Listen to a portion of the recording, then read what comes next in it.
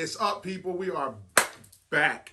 Back to the podcast, episode 98. We are back for another episode. 98. It's your boy, International Walt. It's your girl, Tosh, the co-hostess with the mostest. And we are back for another episode. Another one. This is 98, y'all. We're getting Another close to one. 100. We got work to do. We got a big guest coming up on 100. But it's a big guest. Can't say who. Y'all wouldn't know the fuck who if we told y'all. Some of y'all might. But it's a big guest. It's a big guest to us. Yeah. And we know y'all will enjoy it. And looking forward to it. We also got some things coming up for next year. And like we really are looking forward. We're going to be guest-based oriented. You're telling too much. You wasn't supposed to say that. No, I'm not. I'm not telling too much. We're not going to be guest-based. But we're just going to have guests. Like, it's still going to be us. Yeah. Like, not guests. That's what she said, because she runs stuff. No, it's your show. She runs stuff, so. It's your show. She say what we going to be. Nope, it's his show. I'm just here so I won't get fined. Wow. Where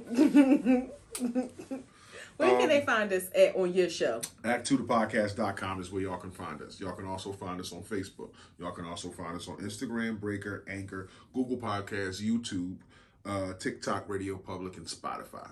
Whoop, whoop. You did a good job. You cheated, but you did a good job. Appreciate it. Well, you know, my eyes wrong where they wrong. How are you? I'm doing great. Today. How are you? I'm about to say, you got a do-rag going? Yes, your scarf look a little weird. I'm too bougie for a do-rag, babe. A do-rag? I like a do-rag. I know, but I'm just saying I'm too bougie for a do-rag. I might give me a do-rag. You could. You're still a little ghetto. Yeah. I'm feeling great today. I am feeling grateful. Oh, I couldn't think of that word. And she was in math 25. No, I was about to say I was thinking of gratitude and gracious, and I was trying to think of the word, but it's just grateful. I'm feeling grateful. And not to be cliche because of Thanksgiving and all that. Truly, honestly, I am feeling grateful. I'm going to say I'm a 9 today. I had to take a long puff for that. I heard you got like stuck. Nueve yes, on the mental. On the mental. Yes. Damn. Yes. I am feeling extremely just blessed. I think that's the first 9 really in the mental slot that you've ever been. Oh. So I'm proud of you for that. Thank you. And I've done a lot of work to get here. And you know what? I can feel it. Her, like when I'm sitting next to her energy, like she's bubbly and radiant. She's soft and pink today. She was looking at her chest. I don't know why. No, I wasn't. I was looking. Family-based show. I was looking at my hair, and I was in my head. It was energy. Well, I'm about to say we have little ones, nieces and stuff that might peep. Yeah, our nieces do sneak and watch. This is not a show for kids, but they sneak and watch because they love us. Yeah. What's your finances looking like? My finances are an 8 because my husband is impeding my spending. That's all. My finances are a 9, but so what no. Right I'm down? sorry. Write down a 10. 10. Okay. Talk that shit. Talk that shit about gratefulness and all that in the beginning. No, I'm extremely grateful. We just got some. That's all right. We got some counseling coming up, and I got some things to talk about. Work is a 10 because I ain't there. There you go. That's how we gonna play that. There you go. What's your physicality looking like? Physicality is an 8. An 8, okay. So I'm a 9. For y'all, she's a 9, 10, 10, 8. Woo, that's for good. y'all out there. Do y'all be doing y'all check-ins? Do y'all, check in on your mental, on your peoples and your friends the closest to you, yourself? Check in on your mental, check in on your finances. Just take a look. When you're taking a dump or a shower, your work, your physicality, how you feel in your body and your mind. And take note of that so you can change that the next week if it's low numbers or you got a baseline. Yeah. I mean, sometimes you can't change shit like that, but the next you can start off on a good week. That's true, but it doesn't have to take a week. Like you don't have if you're in the low numbers, you don't have to stay there. Like you can challenge yourself, to. It's all. I don't want to say you. One of the things you would say very often is happy is a choice. Happy is a choice. And sometimes it's hard to make that choice, but even if it's a hard choice, it's still a choice. So I will give you that. Mm-hmm. All right. How are you feeling? It's weird that you say that because once I learned that happiness was a choice, it made it easier for me to choose. And I see what you're saying, where you might just be in a funk and it's tough to get out of that. But I really do believe happiness shows up on your door every morning in the form of a choice. And you got things in your life that stress you, bug you out, family problems, friend problems, work problems, money problems. But I always look at it, if it's not tangible and you can't put your fucking hands on it and fix it, then don't get an ulcer about it. And I know that's tough in certain situations because things can be heavier than others. But if you really can't put your hands on it and fix it, then don't stress yourself, because you're stressing about something that you have no control over. Yeah. Just let it play out. That has been hard for me, in my healing journey, but I am realizing it. Like, if I can't control it, it doesn't mean something may not still bother me, but I don't allow it to consume me as much, because I tell myself there is absolutely nothing you can do about it. And you being worried, sad, mad, whatever about it, it ain't going to fix it or change it. So why are you doing that to yourself? Yeah, you're just giving up your peace for whatever situation that you're thinking about or worrying about. Yeah, how are you? I am, I feel good. No! How are you? That felt scared. So corny. A little scared. Yes. But I feel good. I feel great. Good. I feel like mentally, I feel like a 10 right now. So I'm a 10? Yeah, I'm a 10. Ooh. I feel good. My mind's right. You're good. So that makes me feel good when I know that you're happy. And I made you feel good today too. So I'm a 10 mentally. Finances is a 9. Okay. I'm gonna go with a 9 there. Work is a 10 because I ain't there. I'm gonna use hers. Physicality, I feel good. Elbow a little ashy, You know what I'm but saying? you looking I good. feel good. So I'm gonna go with a 9 on the physicality. Oh wow, you big balling today. So call me a 10, 9, 9. I mean a 10, 9, 10, 9. That's cool. That's cool. 10, 9. Wows and woes, what you got? What's your ups? What's your down? What's your blacks? What's your whites? What's your stop? What's your my goes? wow this week. So I will talk. I mean, y'all know we usually do the show on Wednesday because he always be telling y'all.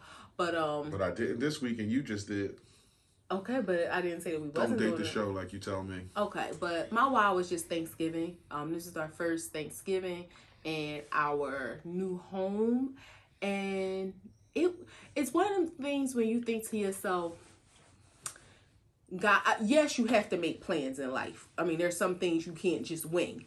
But sometimes your plans don't come to be what you thought they were going to be, and it doesn't mean that it's going to be something different. And there's a saying that says sometimes... No, it doesn't mean it's going to be something bad. Right, so something different. Something bad. That saying of sometimes things fall apart so better things can come together.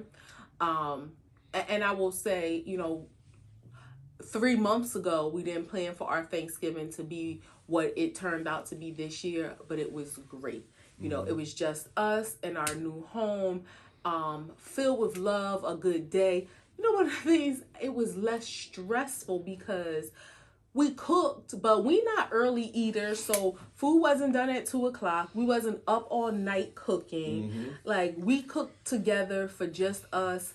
He lit up the grill. Like, it was just a good day. It felt good, and I felt just less of a heavy burden. Like, even when Thanksgiving is good, when you got a bunch of family and you're cooking them whole, like, it all turns out good, but you be exhausted. I didn't feel that. There's no stress of it. Yeah, I didn't feel that. It was us starting our first tradition, like, just being in our house and us knowing, like, we can do that. Like, we can just be in our crib if we want to, and christen it with our first Thanksgiving. And we're not all about the turkey and all that kind of stuff, so we did our own thing. And that's what matters to us. And me, I'm not big on these days like this, but me looking across the table and seeing my wife happy and smiling and eating good food, that shit just makes me like want to cry. It just makes me overjoyed. So that alone makes me happy, and I'm good with that, regardless of what we're eating. We could have been having oodles and noodles if that's what she wanted and that's what made her happy and smile. I'm eating oodles and noodles. I appreciate that. So I take it that was your wow too? Yep. All right. My woe, I really didn't have, I can say going into Thanksgiving, I thought it was going to be hard and missing my family since we were doing things differently this year. But I'm happy that my heart, of course I missed them, but I wasn't sad at all. So I don't really have no woes. I don't have any woes, and I'm grateful and extremely blessed that God, saw fit to fill my heart, and that has been one of my prayers, and just I felt good. So no woes for me. 0 for me too. I wrote that down, none, because I have none. Just grateful, not because of the day, but just because of everything that our the last 3 months have that we've been going through. Mm-hmm. So just the dynamic of the relationships in our lives, just not being necessarily, just being what they are and changing. A new season coming, and just being accepting of that. So no, I don't have any woes. I just look at it as small growth spurt. You grow in these hard times, and then not necessarily hard times between us, but you just grow in hard times. You grow in difficult things that you go through in life. You know how to respond to shit. You know what I mean. You know how to temper your emotions and your feelings. So none at all. I'm just glad that we're accepting. We're on a journey. We're healing. We're growing at the same time. New things. So yeah, just none. Can I ask y'all a question, the men out there? And I don't know what the age demographic is for our audience, but I am curious. If any of you have an experience with having a vasectomy, let us know what that life is like. Okay, let me tell you what just brought on that thought. So this is a conversation that we've been. Balls got to do with this is a conversation that we've been having amongst us. I'm taking a puff, and you talking about clipping my balls because y'all know that we don't have any children together. His daughter is 24, and that has not been God's path for me in our life. And as much as I wanted it, in the former years. In the latter years, I'm about to be 42. But when I'm looking at you talking, I'm like, damn, I love this man so much. And, I just be wanting you so much. And we enjoy our life. But I'm thinking, I got to make sure he hurry up and get this vasectomy. We keep talking about it, but God be having tricks up his sleeve.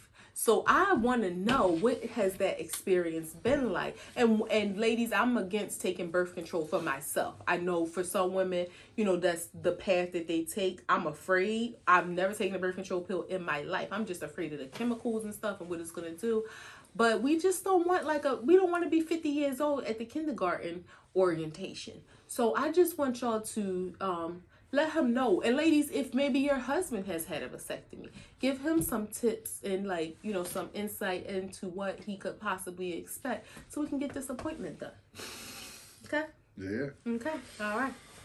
Just want me to get my balls. You want to be neutered like a fucking dog, It's man. not neutered. For real, that made me sweat. Oh my God. Jesus Christ. It's not neutered. It's just for don't you want to fly around the world? I do. And we can take a baby with I'm us, 45. but I don't want to be 50 with a 5-year-old. And don't get me wrong. If that was God's plan for us, we would be extremely blessed. But if there's a way that you give them some tips, y'all. Give them some tips. I know a couple of guys at work that got the balls clipped. They just get the bag of peas ready. Get a bag of something frozen ready. But they said they was up in 4 days. One guy said he was up in 48 hours. Okay. I don't know, man. That's it. And both of them told me that you could smell your balls being burned. You awake while they do it? Yeah. You could watch them. The sizzling, they numb it, and then they use a laser. They do a little slice, do a laser, give you about 4 or 5 stitches, and you're good. You'll be okay. I will take care of you. How? I don't want you to go near my balls. No, but I mean, I would... Rub my shoulder? Because my balls got stitches in them? I would make sure that you were fed and pain meds and stuff like that, I digress from my balls.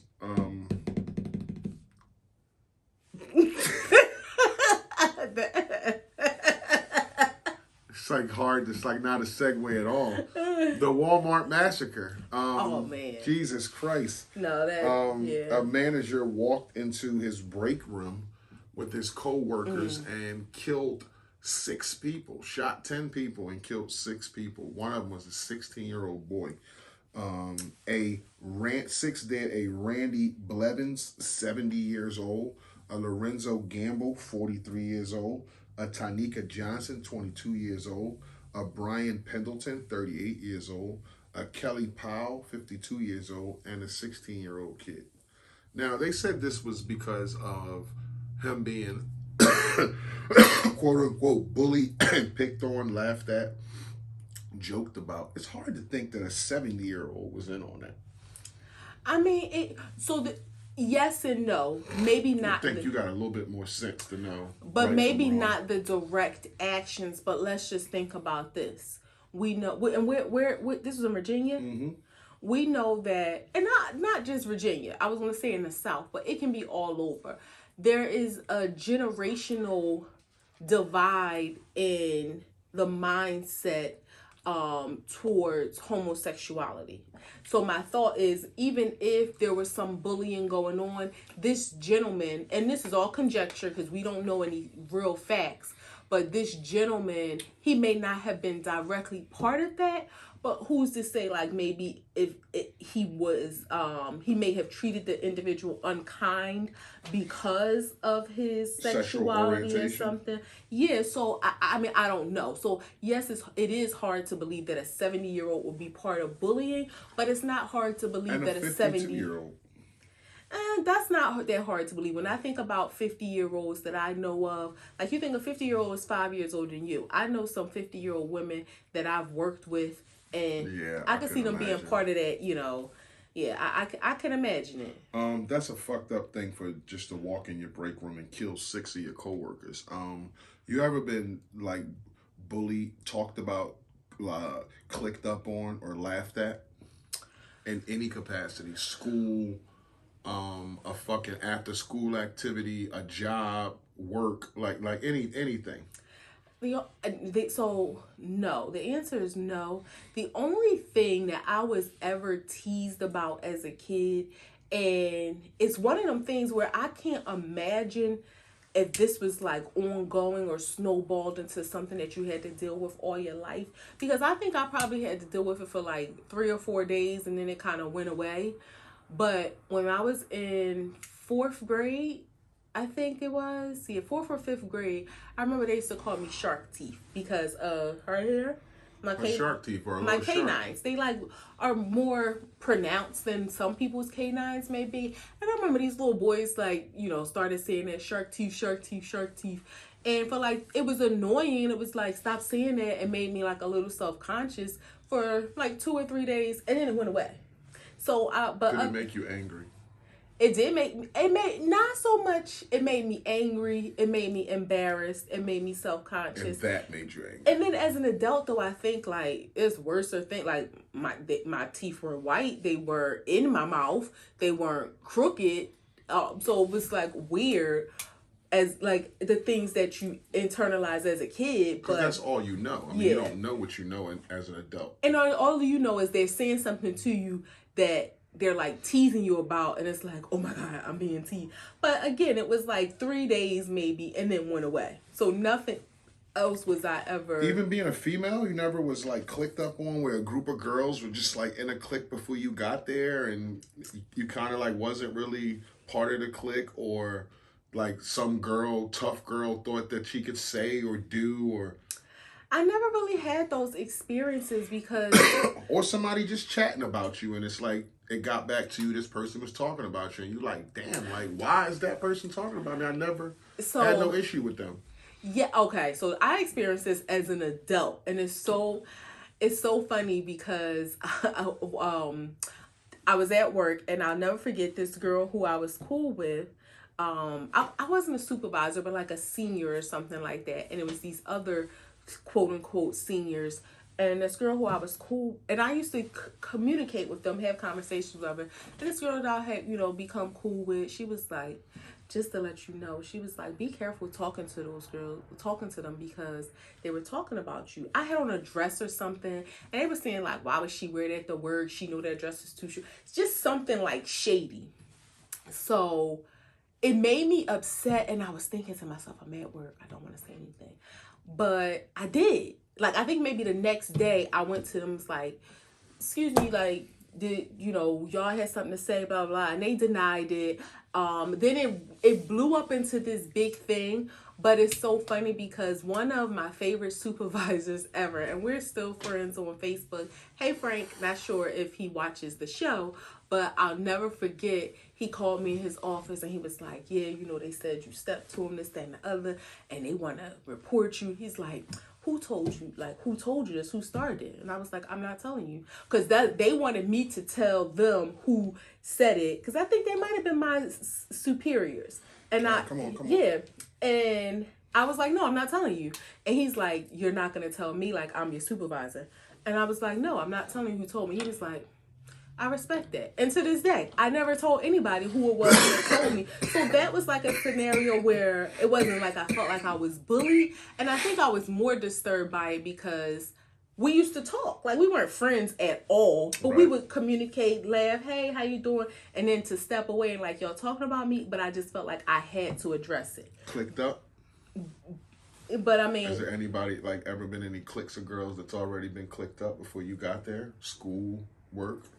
I mean, yeah, in all scenarios, if you're new to a situation and it's either, you know, we either maybe became friends or didn't, but I am usually friendly with most people in whatever surroundings I'm in, but not friends.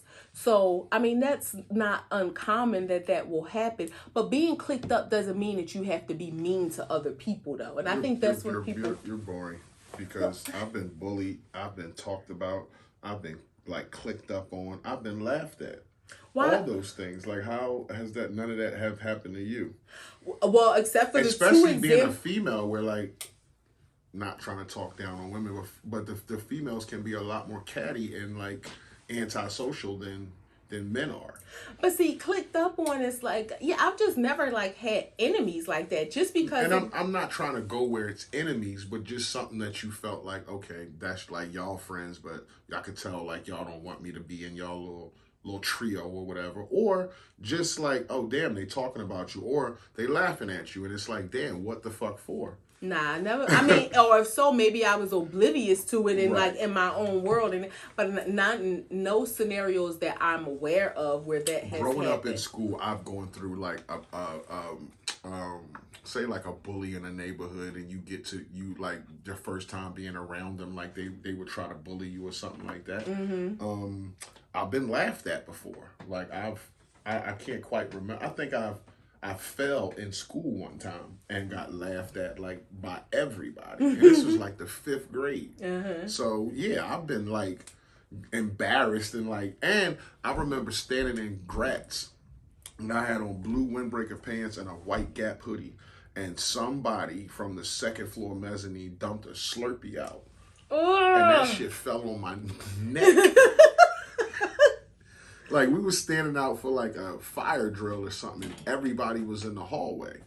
And this Slurpee comes down and oh my God, all over me. And everybody stopped and looked and was like, oh, and was like laughing. Some people was like trying to help me, give me tissue and shit. But I had on a white Gap sweatshirt. Not only that, let's not even talk about your clothes. The thing, a Slurpee was probably all down your neck. And then you try to react. I ran upstairs like, who the fuck threw the Slurpee? And everybody like standing there looking like don't nobody know shit. Like, what are you gonna do? I went home, like left the school and went home. Like, that's all you could do. But I remember that being an embarrassing situation and being laughed at. Like, when you see movies and people moving slow, like laughing. Yeah, that happened to me. One of the things that I realized as a kid or being younger is like situations where you think like you're gonna be embarrassed, you realize after the fact, like nobody wasn't even paying attention to me. Mm-hmm. But in that situation, yeah. But I say that to say, in any of those situations, well, you didn't have any, but in none of them situations that I feel like I want to kill somebody. Well, I mean, want to come back with a gun and hurt somebody, or come back and just shoot the place up. Like, I didn't have that mindset of because y'all laughed at me or because y'all picking on me, I'm gonna kill somebody. No, at all. And but again, we have to think about this. Like I said, the one scenario I had, it was an isolated incident. Mm-hmm. The scenario you had was an isolated incident. My teeth, it was 3 days, so I would still say an isolated incident. This gentleman worked there for 12 years.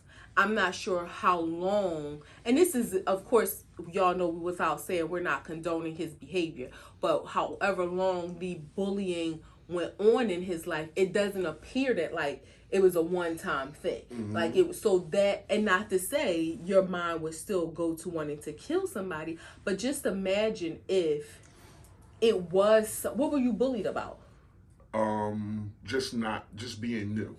Oh, okay. Being new. So just imagine if like nobody wanted to. Okay, that probably lasts what, the first week, maybe the first month, or until you fight back. Okay, so just imagine if school is 9 months. Every day it's a hassle, or you walked in the hall, people throwing stuff at you. Nobody's ever befriending you, and this just goes on and on and on. And I still don't know where you would get to the point of saying I want to kill people. It just feels like it would have to be something deeper. I remember a kid in the 9th grade was being picked on. He was kind of on the autism spectrum, and he was being picked on. He wore a suit, a brown suit to school. He wore like a blue suit, but they were like too big pants. They would drag on the ground, had holes, and his jacket was all over his hands. And he just wore a suit every day, smart with shoes. And people would pick on him. People would pick on him, pick on him, pick on him, and fuck with him. And he barely even spoke. And one day, he gripped the kid up at his locker with a butcher knife, like under his suit, like slid into his arm. And the teacher grabbed him in time, but he was going to stab somebody. Like he brought a kitchen knife to school. Sometimes like people a just kitchen, can't like a take it fucking no more. butcher knife. Like he was going to hurt somebody. And it was like that's my next question. When is enough enough? Like if nobody's listening to you, if you got nobody to go to, if you got nobody of authority to go to, and you got this bullying going on, is they like I said, when they leave, they're laughing. When you leave, your feelings is hurt. And this is every day. And we just talked about the guy who worked there for 12 years. So who knows if it went on that long. But being in a managerial position, it's kind of hard to think that your employees are doing that to you, where you're kind of like in control of that, where you can be like, fuck it, like you're fired or some shit. Like, yes and no, because make a way where you can get them fired. I mean, especially if they're antagonizing you like that. Yeah, and I guess it depends on what is the nature of it, because and another component we got to remember, a lot of us from the Black culture, that no snitching thing, it permeates through other areas of our life. So do you want to go to HR about it? I mean, yeah, you're in a managerial position, but what's your leadership style? Are you strong enough to stand up to these people? And when your personal life becomes involved, there may be some sort of, now it's a conflict of interest, because one of the things I read was about his phone being hacked.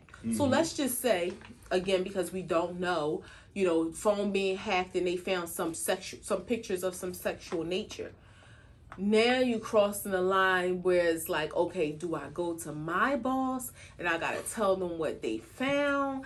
And yeah, you still should be able to, because they shouldn't do that.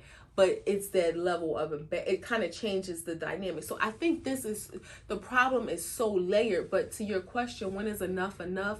The first time it happens, right, you gotta let people know, like, I ain't the one.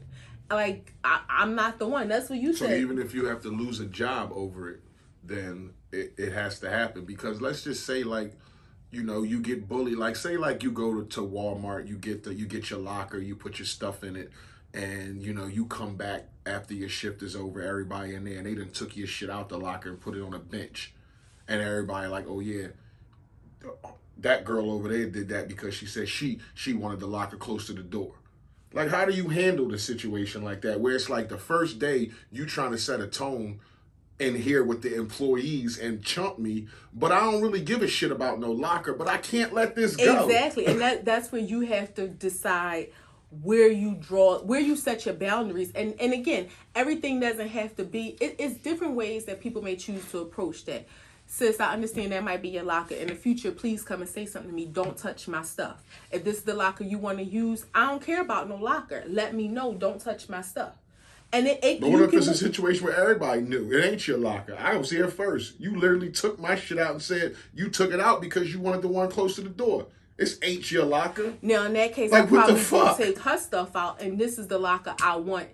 My stuff was in here first. Like, this ain't that type time to do. But again, you have to determine what boundaries you set, because some people will try you just to try. At the same time, you also have to determine if something is worth it, because you got to think to yourself, and not even just about losing the job. Nowadays, it's about losing your life. Like, don't let nobody chump you, but you also got to think, I want to go home to my family, my husband, my kids, but if you whatever don't you do got. anything, well, let's just say you like, man, I really don't give a shit about no locker, which you shouldn't, but you should care about the situation and the tone she's setting. No, that's what I'm saying. Definitely address it, but how you address it, where you leave it, that can kind of be rationalized. But let's how walk far through it.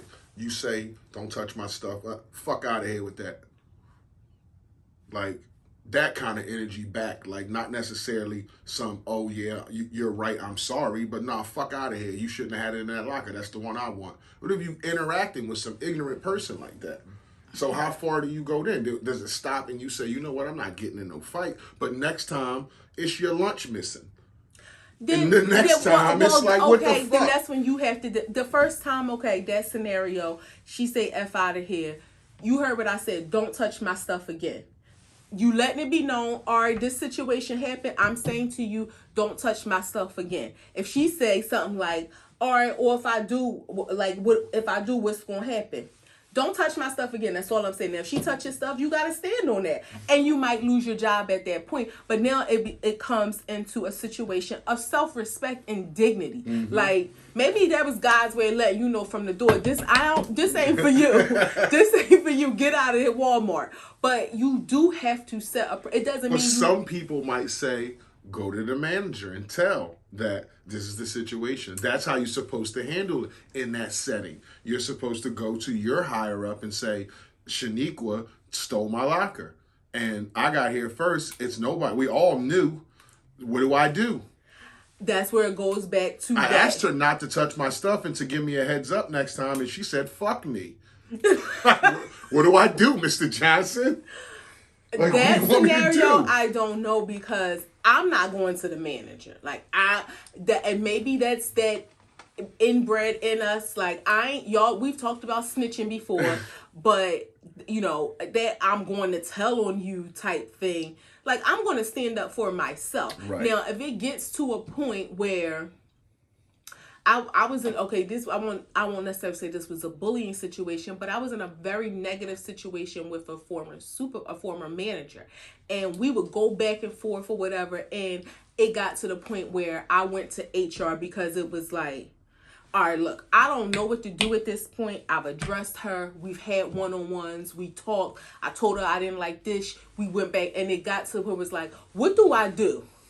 So, but from the first time that she said something to me I don't like, I'm not going to be like, HR, please help me. It got to the point where it's like, okay, now I realize it's about to be my job or my sanity. Right. So now, but first day, I'm like, sis, don't touch my stuff. You want that locker? It ain't I that hear deep. you. I'm just saying, it's ways to respond. Whether you pop off and whoop ass, whether you go tell the manager, and because you're in the setting and it's like, okay, this is a corporate setting, or not a corporate setting, this is the department store or whatever, but I'm supposed to not handle it in a fighting way. That's why I said you don't have to approach it that way, but you do have to be prepared for what energy they're gonna come. Because you have to remember, there are so many people in life that you don't know what the hell they carrying. You might be approaching her in a nice way, and she might have that mentality like, I wish a bitch would today. Mm-hmm. And you thinking, damn, I just don't want you to touch my stuff. Like, you can have a locker, it ain't that serious. And her attitude is, fuck your stuff. Like, that's what type of time I'm on. Fuck your stuff. All right, you heard me. Don't touch my stuff again. Don't touch my stuff again. Yeah. And then that's when you got to think, you know what, I could find another job. Like, we might just have to, you know.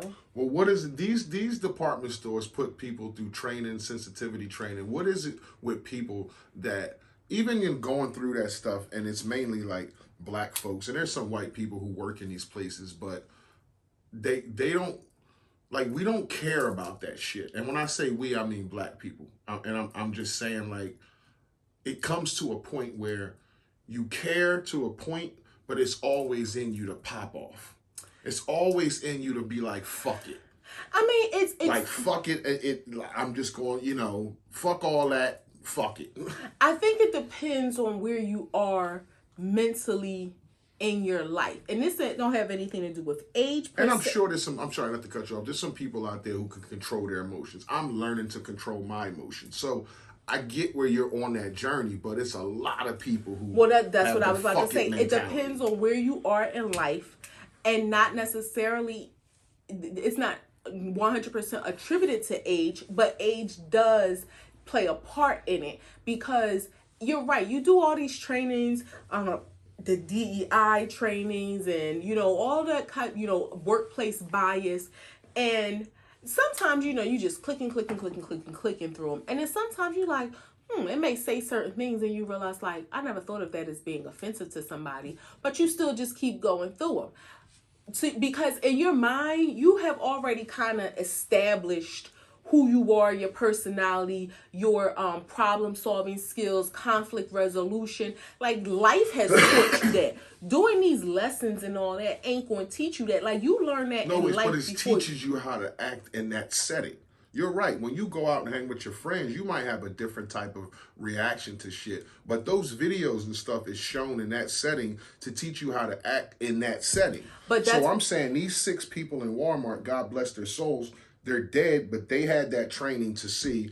And I don't know whether, like you said, they just clicked through it, but they had the training to see you don't bully at work. You don't do this. That's you don't do that. why I'm saying you don't learn that there. You life teaches you that. Right. You learn, that's a part of who you are, and you learn that before you showed up for orientation. That's true. Because you know right now, before, if I well, it's emphasized. I'm not, you're not learning it there, but it kind of puts it in the forefront of your brain that, okay, I got to go to work tomorrow, and I can't be tripping like I trip with my homies. But do you really have to learn that at work through a training? You know whether or not that's in you or not. Like, you right now know when you show up at work on Monday, whatever you did throughout this weekend, some of those behaviors are not allowed in the workplace. Right. But you got also, some people, those videos and handbooks also give you a parameter on what it takes to be fired. And every employee needs that. So if you are who you are, like you're a guy who bullies or a girl who bullies, yeah, I agree with you. That's who you are.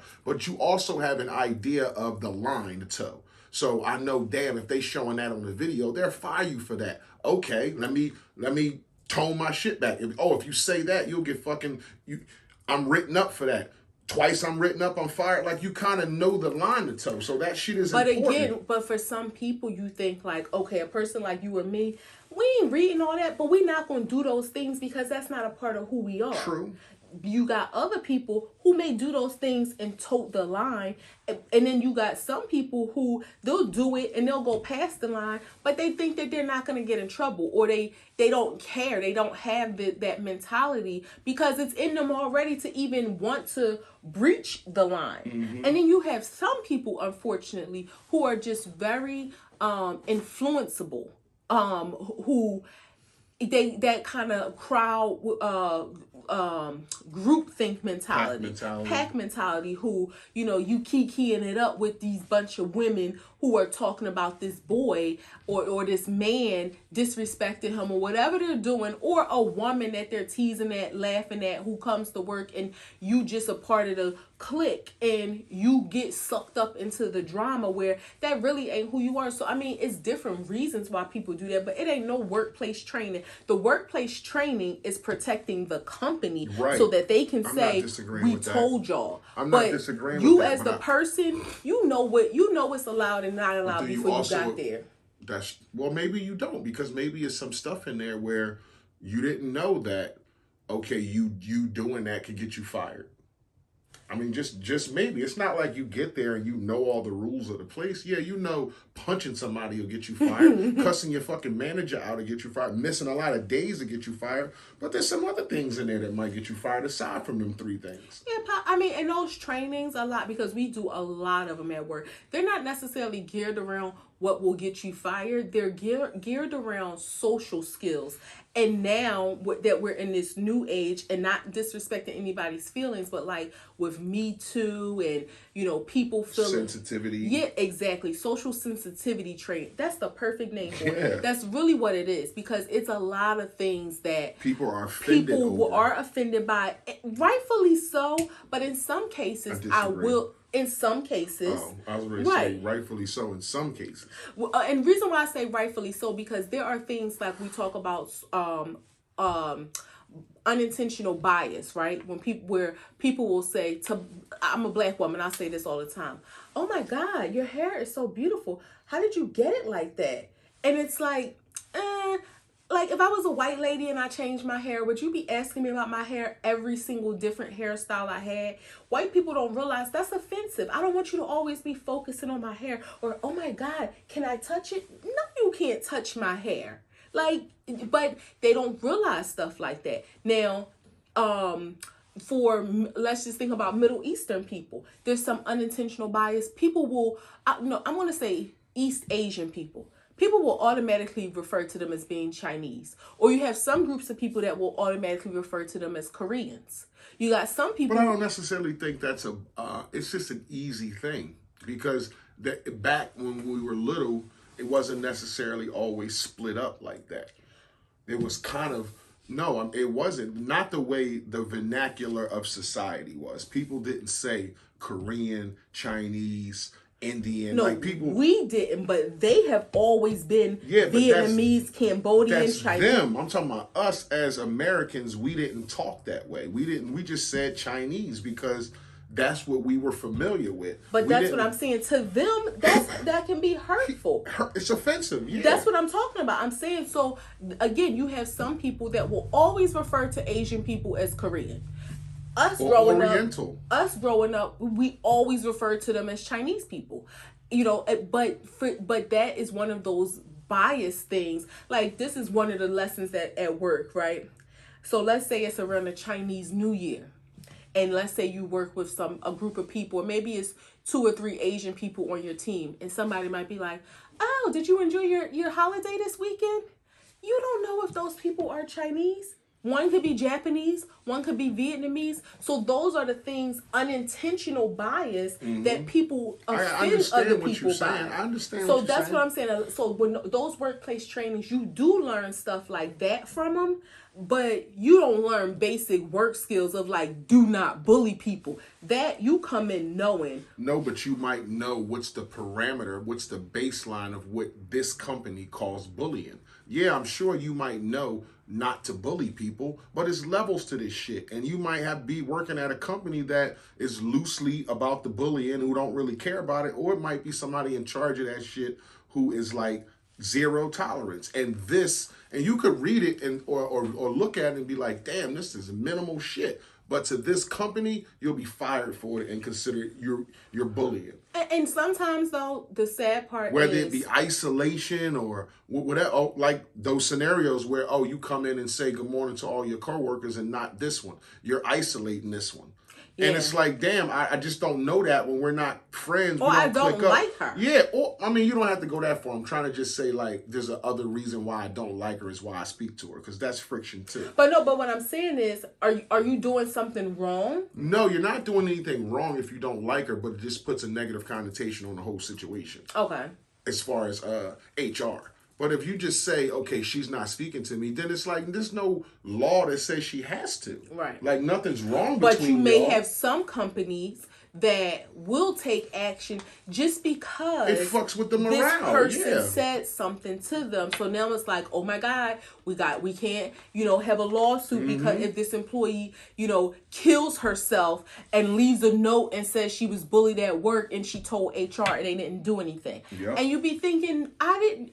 Or goes to a doctor and wants 6 months off because she's disturbed and fears for her life. Like, Yeah, there'll be a lawyer out there who say we can sue them, and they don't want that. Yeah. So I mean, it's a horrible situation, and one of the things I will say, it, killing people. It goes without saying. Hold on, not to cut you off. This happened before in Texas at a Walmart where a person killed 22 people.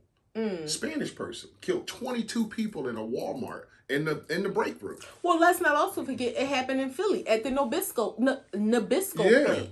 So I mean, workplace violence is something that is far too that lady at the common. Nabisco plant thought they were putting bugs on her and laughing piss. at her. Yeah, deer piss. And again, when's enough enough? One morning she said, "I'm bringing a gun to work, and it's a wrap. If y'all laugh today, if I think something today, it's over with." And she did, and it was.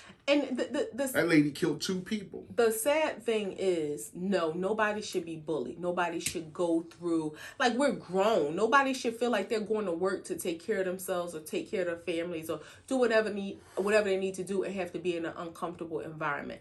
Violence ain't the answer to it, though. We have to be accountable on both sides. So you don't like somebody, you don't have to like them. But being mean to people just ain't it at all ever. You don't have to be friends, but you don't have to mistreat or especially as grown-ups. Yeah, and back in the day, people went to work at a dangerous job and they could get hurt. Not a department store. Right. Like, you didn't go to work back in the 40s, the 50s, the 60s, the 70s to a department store. You weren't working at JCPenney and thought you could die today. Exactly. But now you working at Walmart, like, you only want to go in the fucking break room. Yeah. Because you just watching people. Like, and then Eddie was telling me at the Marriott, his wife and them have talk sessions in the beginning of the day. Mm-hmm. And it's up to a manager's discretion to send that person home. So if you're having regular conversation in the morning about how was your day, how was your evening, how was this, and you say something like you had an argument or something, the manager's discretion to send you home. Because it might impact their service. Yeah, it might impact your service, or you just don't know where your headspace is. Yeah. And I think that's cool. It is. I mean, it can like, you have to go in the but... room and be like, "Good morning, what's up, how you doing," right. and all that shit. And then the manager is watching body language and stuff like that. One of the things, too, is people are just stressed in life in general. Like, we know the last 3 years, because of the pandemic, has just been that extra layer of stress for people around the world. The last thing you want to have to deal with, on just life stress, inflation, everything costing $1 million gazillion is like being teased or going through something at work. And at the same time, being killed. Like, yeah. I would say, and this, like, that whole mean girl thing too ain't it either. I couldn't see myself if I knew, like, okay, it was these group of women who just were catty, talking about people, being mean to people. I would separate myself from that. One, because that ain't me. That ain't who I want to be. I don't want to be part of those conversations. And then 2, you unfortunately got to think, if somebody do something to them, I don't want to be linked to that. Like, I don't want to be linked to that. Like, no, killing is never, ever, ever the answer. And I hope that people feel more empowered to speak out. I hope companies feel more empowered to be engaged, to, like, kind of see if they can peep if it's any tension or weirdness going on. But it's a tragedy all around, like, for all 7, because he killed himself as well. And the letter he left was, like, so sincere in humanizing himself, because it made you look at him like there was a reason behind this. I mean, a lot of mass shootings and school shootings we see, and it's always why. Like, why did that person do that? But clearly, if you get a chance to read his letter, it answers all the why questions. It answers all the why questions. And maybe it's not enough to it's not enough to kill people, to kill 6 people. It's never enough. But you just some stuff, even though it's bad, you understand.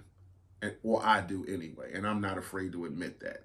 Some stuff that's horrible, but I understand how a person can lose it. I understand how a person can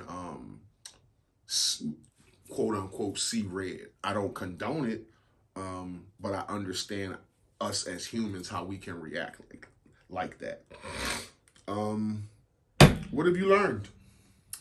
Oh, I have a great one for you guys today. So y'all remember back in the day when that crazy lady, I'm saying that facetiously, Sarah Palin was running for president. Yeah. Let me pick my doobie up. And she said, she was from Alaska, and she said you could see Russia from her back door.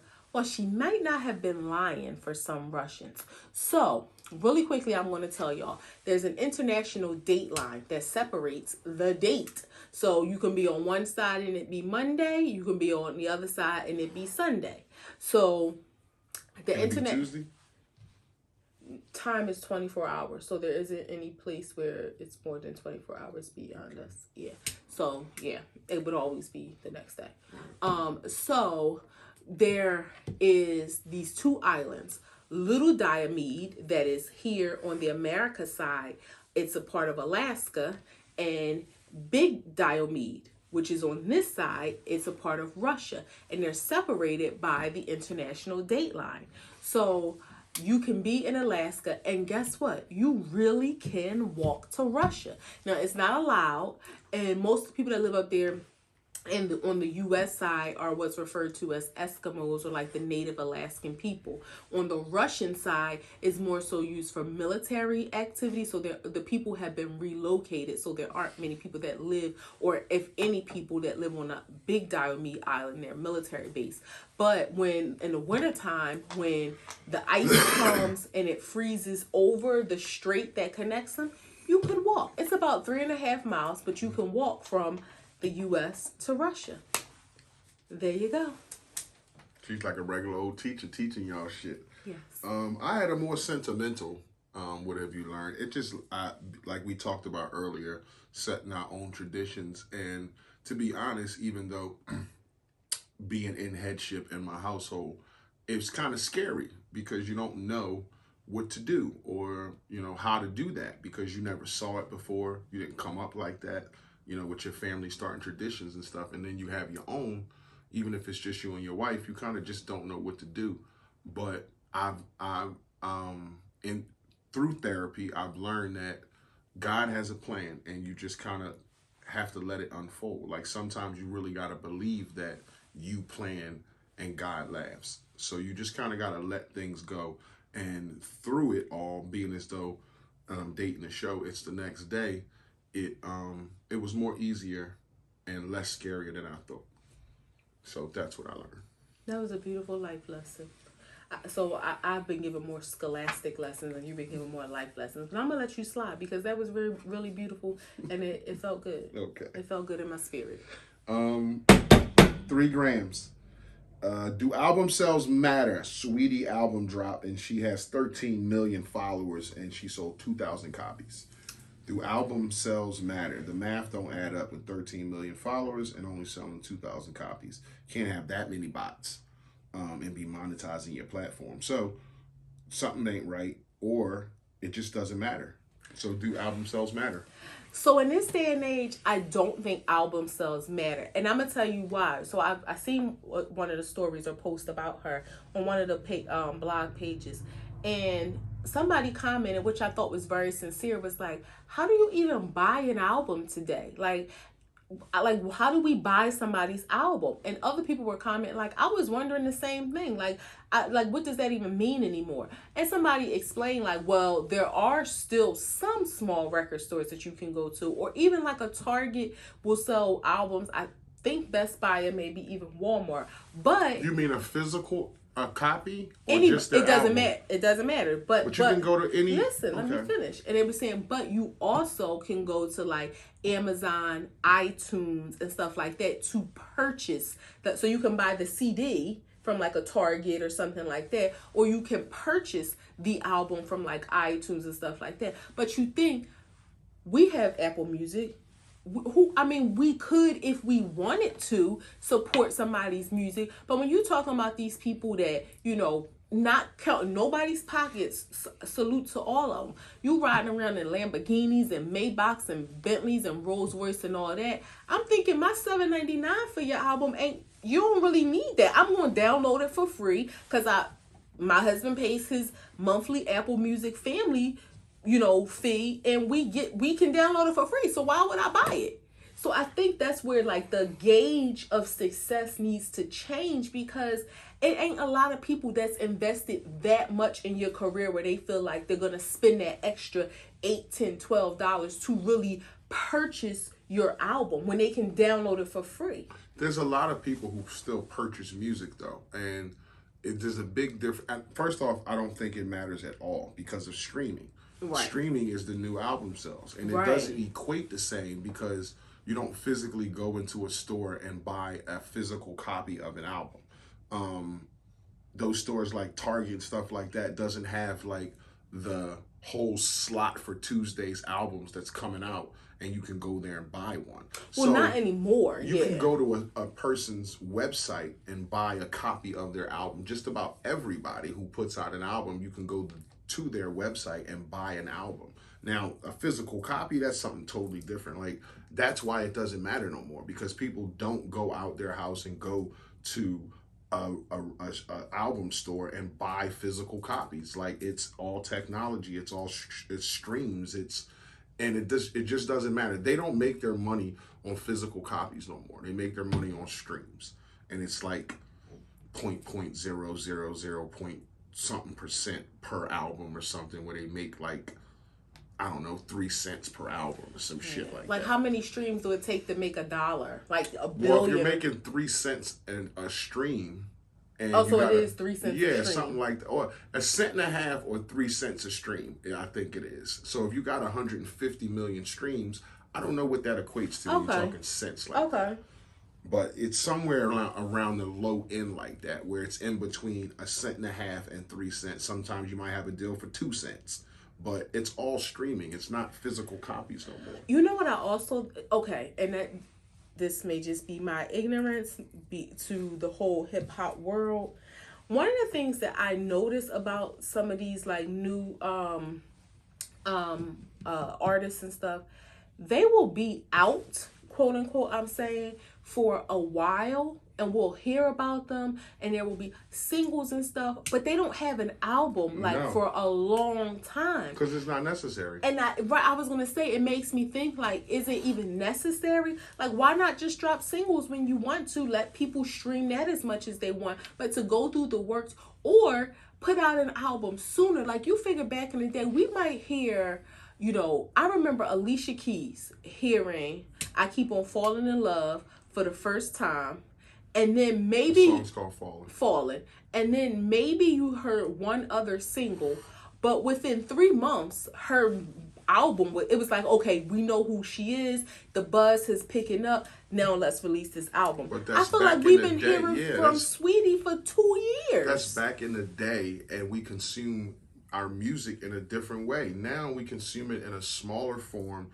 It's smaller. It's not 3-minute songs no more. A long song is 2 minutes when you look at the time on them. Like, so it's not consumed the same way. And the new thing is EPs. So you put out 5 songs, and if you get a hot song that's popping and it gets on the radio, or Funk Flex, if he plays it, or if it's an R&B song that goes, then you're on the radio. You're going to be going around touring, performing 3 songs. Like, that's it, or 1 song. I heard some rap artists that go around and get something hot in the streets, and they get a deal, and they go around and tour on 1 song. It's almost like they know that. Actually, Waka Flocka did that. Had 1 song when he got signed, and he went around and toured with 1 fucking song, but it was that big. It's almost like they know that people's attention spans are so small. It's like, everybody's hot on this song. I don't know how my next one is going to do, so let's just run this one, you know, run our movie with this one, make whatever money we're going to make off of it. The next single come out, if they like that, okay, we'll do it again. But it's not like, I don't know, I just think it's all about if you can sell seats. So if you get a hot shows rapper is where the real who has a buzz in his city, say in Philly, and he's getting 400 million views, 1 billion views on YouTube, and he can sell a venue out for 4,000 or 5,000 seats, and he got 1 song, he gonna get the shows. He gonna get a deal and be able to go to them venues and perform and make tour money because he has the 1 song. Now, in the midst of that, he might write another one. might have 3, but it's not like you have to have an album. Like, people don't want to sit down and consume 13 songs again and then listen to it again and see how it sits with them, then listen to it again and whether no. Like, that's how we consume music back in the 90s. Like, you listen to the CD 3 times, you listen to the beat, you listen to the lyrics, you listen to the undertones, and then you see if you like it. Now, they on to the next song, like, quick. Let me ask this too. Her album dropped this week, right? Mm-hmm. Do you think it was a bad idea? Like, people are distracted Thanksgiving week. I think that might have been a bad business decision. But it drops on Tuesday, regardless. I mean, it could be next Tuesday, and it could be up against an album that you know is going shit all over it. So will you keep pushing it back? I mean, or you go before. Like I don't you said, know. we've been hearing from her for 2 fucking years. Maybe you should have did it 2 weeks prior. I don't know. I'm just saying. I think Thanksgiving week, like, people just probably were distracted. You probably think people in their house, they want some music to listen to. It's, it's going to drop on Tuesday. That's when the music comes out, the Tuesday before Thanksgiving. So it wasn't really, I mean, I don't know. Yeah, people were distracted probably cooking and shopping and all that shit, but music comes out on Tuesday. Saweetie has a good a big following. 13 million. And I couldn't tell you one, is she the girl that sing BDE? No. Okay, I couldn't tell you one Saweetie song right now, but I don't think that the 2000 record sales is a reflection of her success, because of all the things we just said, album sales just really, that shouldn't be the measuring stick anymore. No, and it doesn't matter about her success is not her music. If she sold 2,000 copies, she's going to get a check for like a couple $100, maybe a few thousand. But she has 13 million followers who she monetizes her platform. So she can post something from a brand for $150,000 a month. Yeah, like, that's crazy to think she's not successful because she sold 2,000 copies. She's just not successful in her music career. But to have that many followers, advertisers come to her because she has 13 million people looking at what she does and what she posts. And I also think, like you said, people do buy music. Some people still do buy music, but I think you have to think about your demographic as well. When you have, like, if Jay-Z dropped an album, hardcore hip hop heads, from, I'm gonna say 30 and up, but really probably from 40 and up, are probably going to make it their business to have a physical copy. Yep. They're going to be at Target. They're going to be at Best Buy. They're going to get a physical copy. Especially if it was mandated. If he said, I'm coming out with an album that's not streaming because I ain't fucking with the platform. But no, I think even if it is streamed, you have that demographic of people, the old heads, that's just what they do.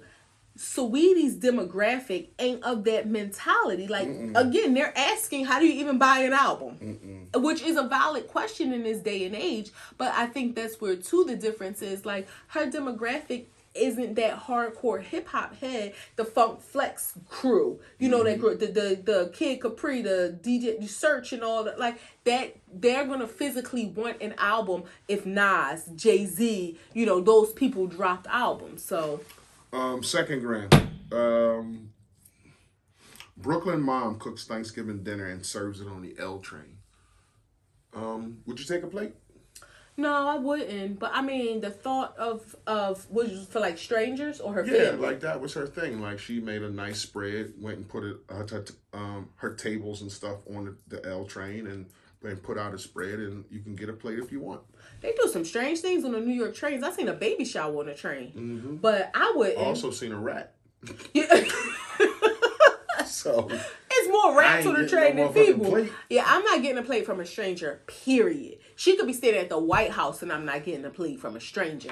But I mean, what if it was a nice black lady with a nice clean spread? She just was in a dirty area. I mean, you seen, like, she ain't no whack being job. A nice black lady don't mean anything. Her house, she could have cats on the counter. I tried to play on your want to support black people thing. And I do want to support black people. But I'm just saying, what if she was out there with a spread? No thanks. I know. Like, she could have had cats licking the spoon when she was mixing up the potato salad.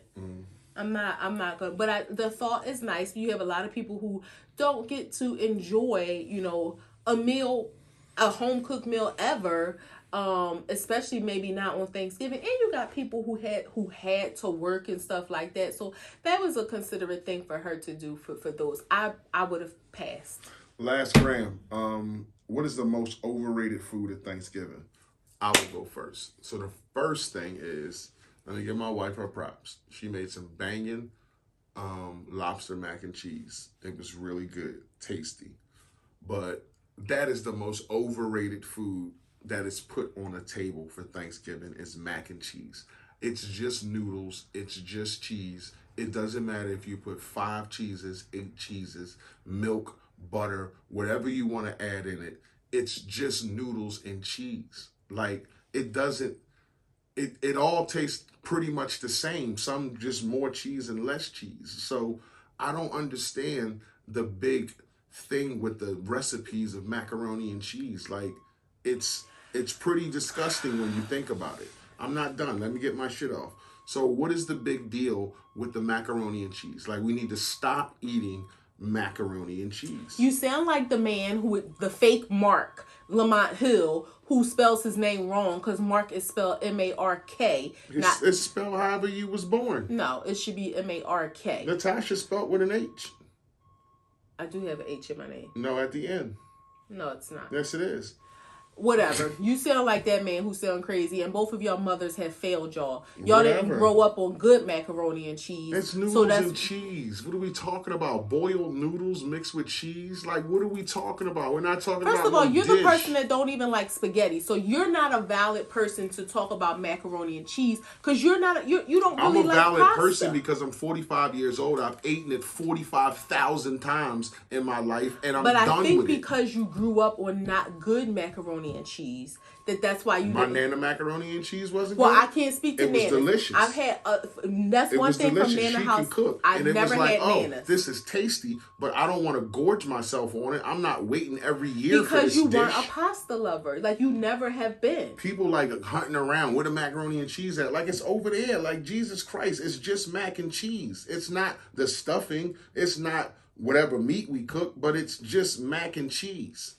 His mother failed him, like with so many other things. Okay, like she ain't made good macaroni and cheese, but I've tasted good macaroni and cheese where I thought, oh, okay, it's more tastier than the one I tasted the last time. But it's not like it was meat in it all of a sudden and something was different. It's just mac and cheese. I'll tell y'all this. I completely disagree. Macaroni and cheese overrated. Was my favorite food as a kid. When I was younger, I'll never forget when John Walsh, who had America's Most Wanted, when his son Adam Walsh. Why are you laughing? I'm just laughing at you, not the story. You know I wouldn't be laughing at his son dying. Adam Walsh was kidnapped in the supermarket, and they cut his head off and like his fingers or something like that. Nevertheless, I remember my mom gave me this talk about. I guess that's when we had the stranger danger talk, and like, don't ever let anybody come pick you up from school, or if they ever said your mom sent you, then they got to know the code word.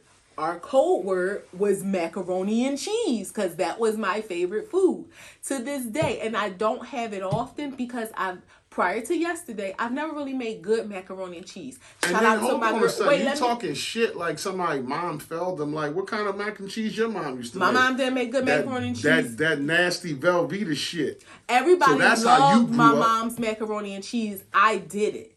But everybody loved it because she used Velveeta. I did not like it. When I went to my grandparents' house and my aunt's house for Thanksgiving and Christmas, loved it. So I didn't grow up on good macaroni either. And my mom failed me because that's why I don't know how to make it. Until yesterday, shout out to my good girlfriend Crystal, who walked me through. And this lady who I was stalking in the market, she was so cute and had these cute kids, but she ended up helping me too. Loose lady. Shout out to Loose Lady. That was an inside joke. Shout out to Loose Lady. I love macaroni and cheese. We did not want any of the traditional Thanksgiving foods except macaroni and cheese. That's why we ain't had no turkey. I love yams too, but I make them throughout the year, so it wasn't a big deal. Mm-hmm. We ain't have no yams. I love my stuffing that I make, but it's a lot of work, so we didn't feel like that. Green, string beans, cabbage, didn't want none of that. Green, string beans, potatoes, cabbage, green, string beans, potatoes. That's not the song, but okay. So my answer to the question of the most overrated food, that damn bird. It is. I don't care what you do to the turkey. Mac and cheese is lame, but the turkey is even lamer. Then I don't care what you do to it. I make a good turkey. It's just meat. It ain't nothing. If I never ate turkey again, I wouldn't care. I love turkey wings, the small ones, but like a whole big turkey, I'm good on that. So the most overrated food out there is mac and cheese. Stop eating that shit. Turkey. I don't care what y'all say about the mac and cheese. That shit is not good. Hers was good last night. I love you, baby.